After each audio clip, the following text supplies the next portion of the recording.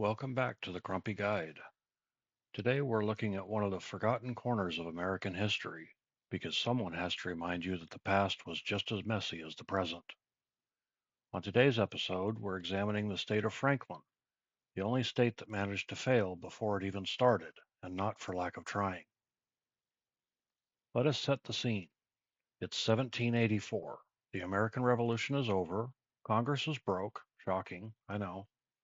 North Carolina decides the best way to contribute is to dump 29 million acres of land west of the Appalachians onto Congress.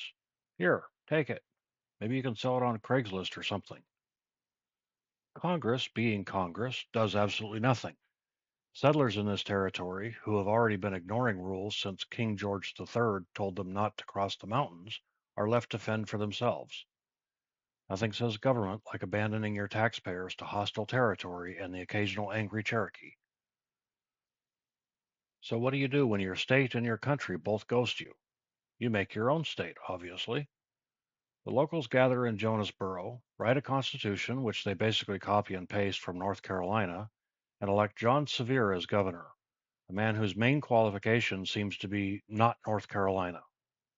They name it Franklin, hoping Ben Franklin will be so flattered he'll send them a fruit basket or recognition. Spoiler, Ben Franklin ignores them, probably too busy inventing bifocals or dodging lightning bolts. Franklin sends a delegation to Congress to beg for statehood. They need 9 votes. They get 7. So close.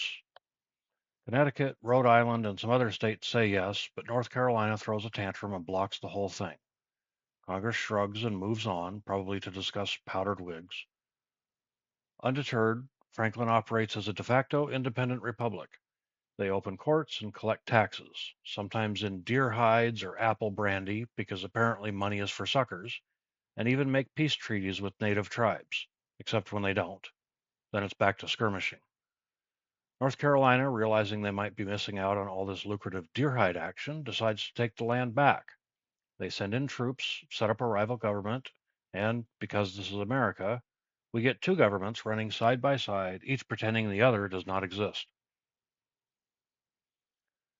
Eventually, things get ugly. In 1788, the Battle of Franklin breaks out. It's less Gettysburg and more angry neighbors fighting over property lines.